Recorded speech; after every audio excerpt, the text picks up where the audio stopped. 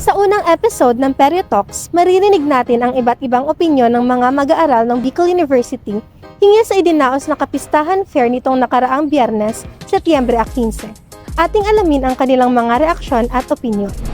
Sa ginanap na kapistahan fair, ano ang iyong saloobin na sa kabila ng layunin ng event na magsulong ng kapayapaan ay may mga armadong militar sa loob ng paaralan?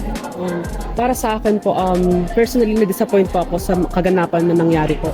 Sapagkat base sa mga ipinangako ng USC na protection sa mga estudyante, lalong-lalo na sa mga student activists. During the event po, actually po, na-shock po ako kasi may inspection na nagaganap doon sa gate. Na-shock po ako and I was surprised kasi bakit may ganito?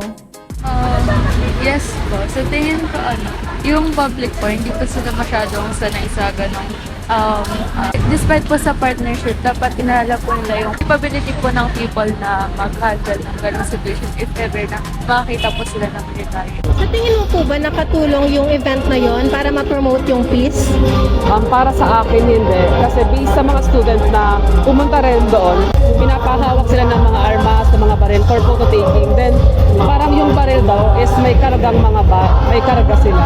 Kaya yun, para sa akin, if peace ang pinaglalaban doon, bakit sila kailangan talaga magdala ng armas and ba't may laman yung baril? Actually po, wala naman akong problem doon mismo sa event nila. Yung part lang po na may mga armadong sundalo tsaka mga pulis, doon po parang questionable sa akin. Iba't ibang saloobin ng mga estudyante ang ating napakinggan hinggil sa idinaos na kapistahan fair bilang pakikilahok sa National Peace Consciousness Month.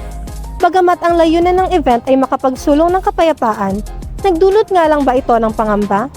Ako si Chelsea Gaspacho at muli ito ang Peryo Talks.